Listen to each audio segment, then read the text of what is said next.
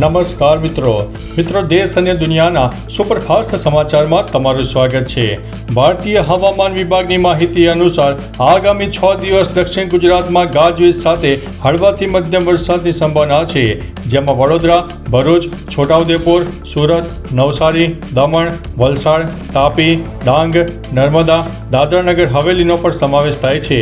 હવામાન વિભાગના ડેટા અનુસાર ગુજરાતમાં આ સ્થિતિ 3 ઓગસ્ટથી લઈને 8 ઓગસ્ટ સુધી યથાવત રહેવાની છે।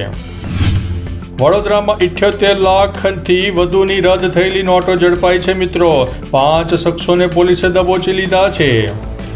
રશિયામાં ફરી આવ્યો છે 6ની તીવ્રતાનો મોટો ભૂકંપ, કામચટકા દ્વીપ ઉપર નોંધાયું છે તેનું કેન્દ્ર બિંદુ। પ્રમુખ ટ્રમ્પે માત્ર 6 મહિનામાં જ 1700 ભારતીયોની હકાલપટ્ટી કરી નાખી છે।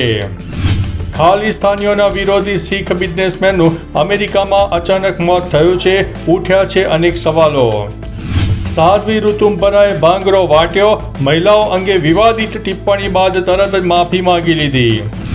સ્પેને ભારતને સોંપ્યા તમામ C-295 લશ્કરી કાર્ગો વિમાન 11 કલાક સતત ઉડવાની ક્ષમતા ધરાવે છે। ભાવનગરમાં તાજ પરમાંથી ડિગ્રી વગર ક્લિનિક ચલાવતો બોગસ ડોક્ટર ઝડપાઈ ગયો છે। જો તમે પણ જુગારી છો અને તમે પણ શકુની મામા છો તો આ સમાચાર તમારા માટે છે। ધોલેરાના ધનાળા ગામે ચાલતા જુગારદાર ઉપર પોલીસ ત્રાટકી હતી।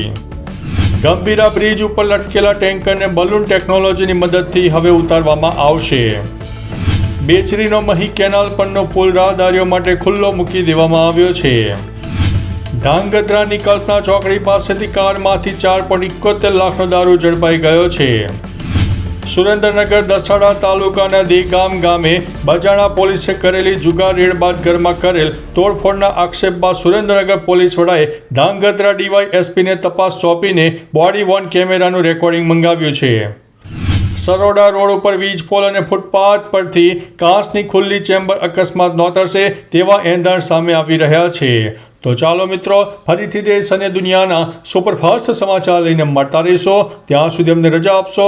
નમસ્તે।